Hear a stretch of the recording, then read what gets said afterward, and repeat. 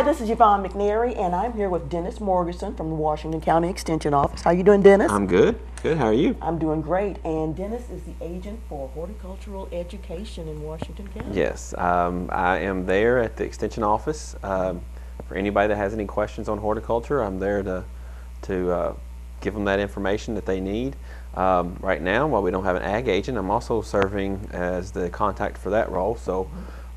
If you have an ag question, you can also call me at the Extension Office, and if I don't know, I will look it up or I will find somebody that does know the answer. My area is plants, but I can do some animal stuff too because I do have chickens and stuff like that at home. So, but the cattle questions, I'll probably have to look it up or call somebody for that.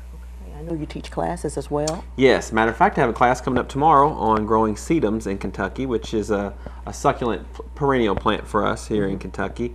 Those that signed up will get plants to take home. Matter of fact, I have those in the truck now that I'm going to be divvying those out after this to get their little packets of 5 plants together. But that's tomorrow at 10 and again at 6. Well, that'd be I don't know when this is going to air. So those classes are generally on Tuesdays. So that's for the wheelbarrow series.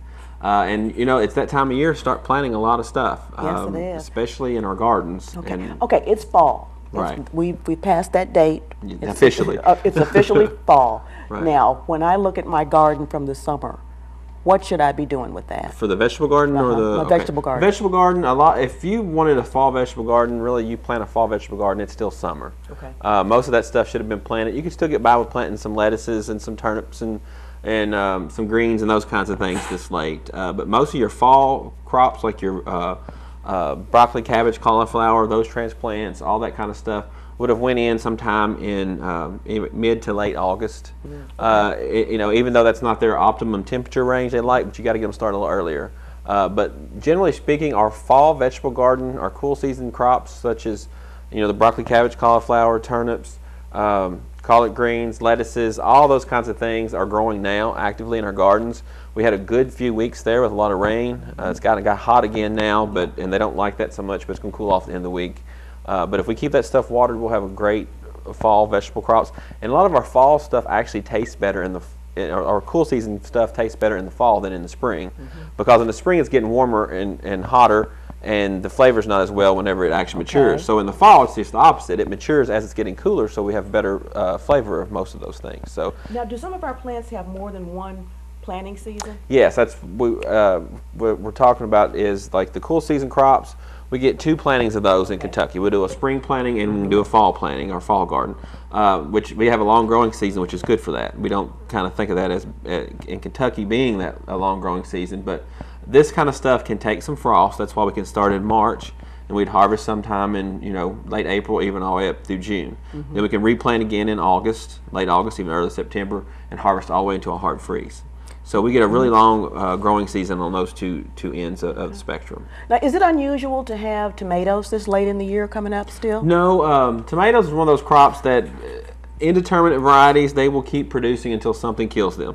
Whether it's disease, drought, you know, whatever. Frost is usually what gets them, but a lot of those crops are still growing actively.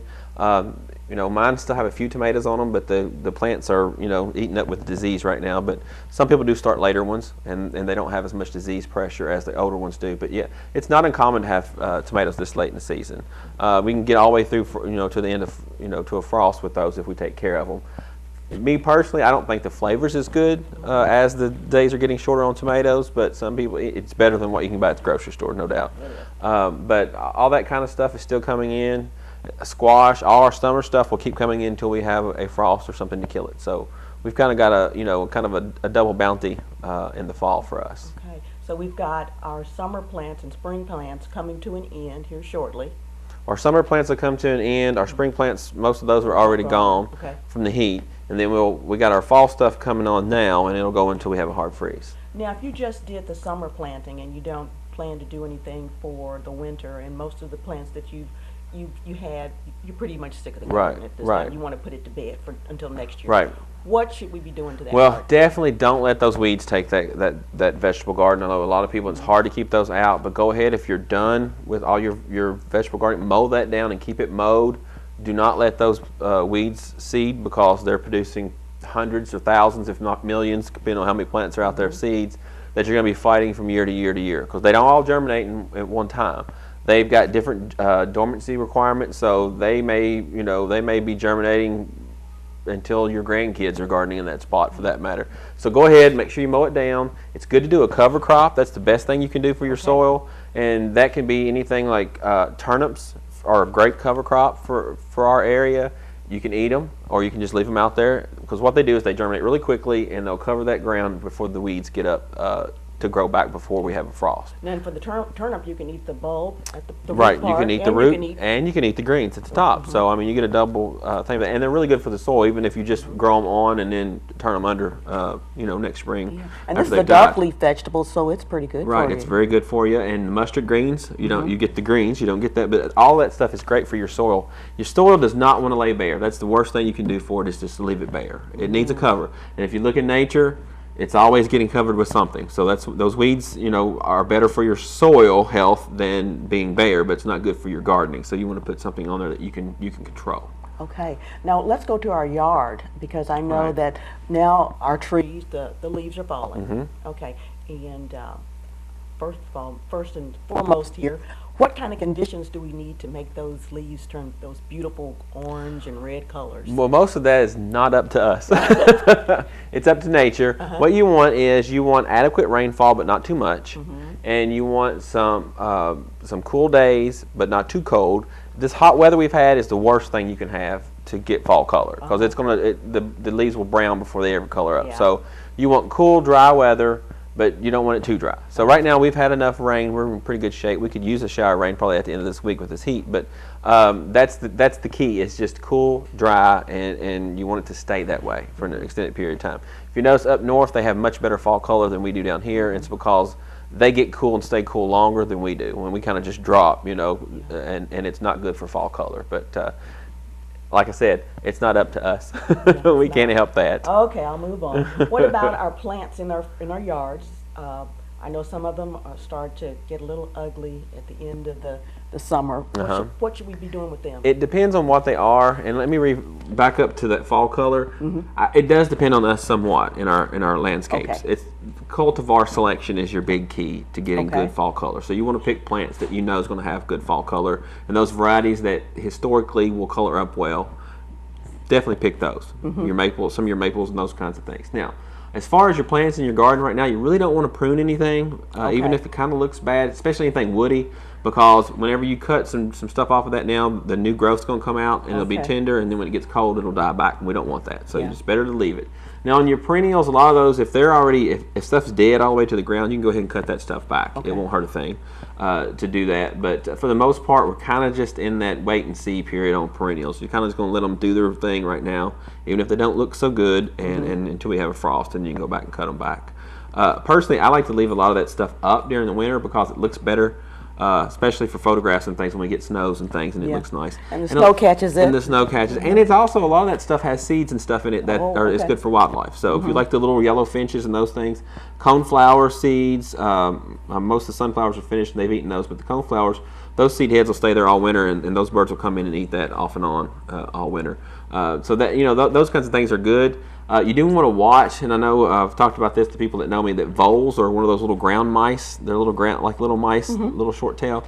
They will come in anywhere there's cover, and they can burrow and cause problems. So if you've got lilies and those bulbing plants, you want to make sure you kind of keep that area bare, because you don't want those in there, because they will eat your bulbs. Oh, wow. So it just depends on what you got in your garden, whether you want to leave that up or not. Okay, so we can determine those colors then by the plants that we choose. Yes, definitely by the plants you choose. That's the one thing we can do. That's why I wanted to back up on that. As far as in nature, we don't have that much, but if you pick, I don't know, like autumn sunset or blaze or some of those maples, they almost every year will turn the color they're supposed to. Nice red maple. Nice red maples.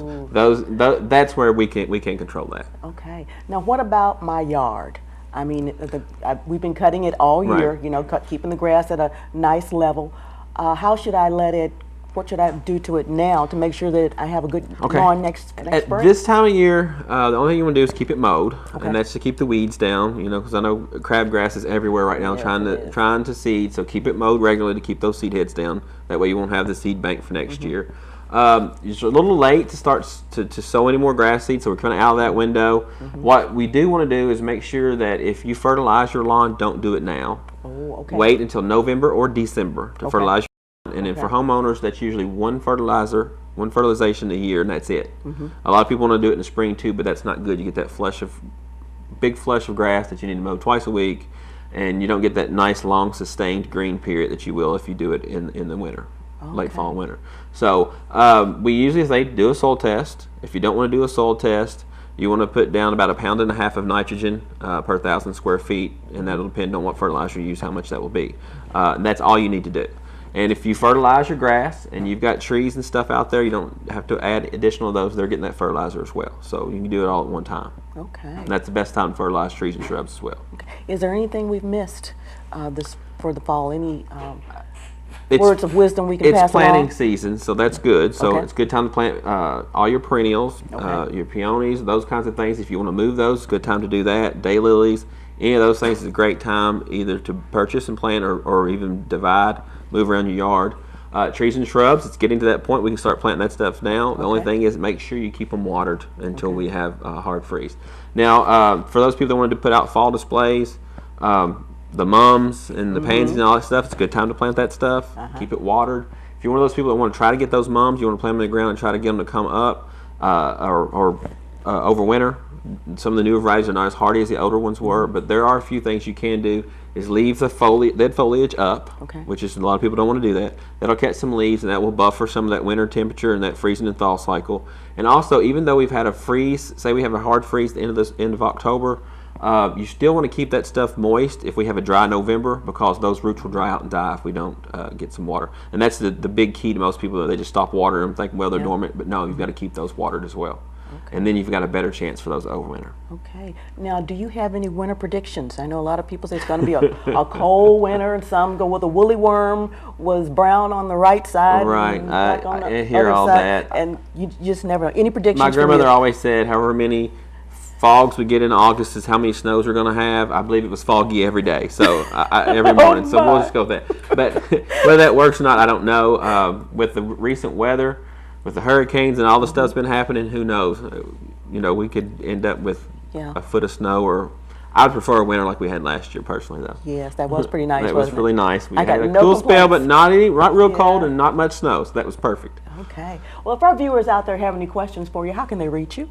They can reach me at the Washington County Extension Office at 859-336-7741. Okay, and like he said, if he doesn't have the answers for you, he'll find them for you. That's absolutely correct. All right. This has been Yvonne McNair for Central Kentucky Talks.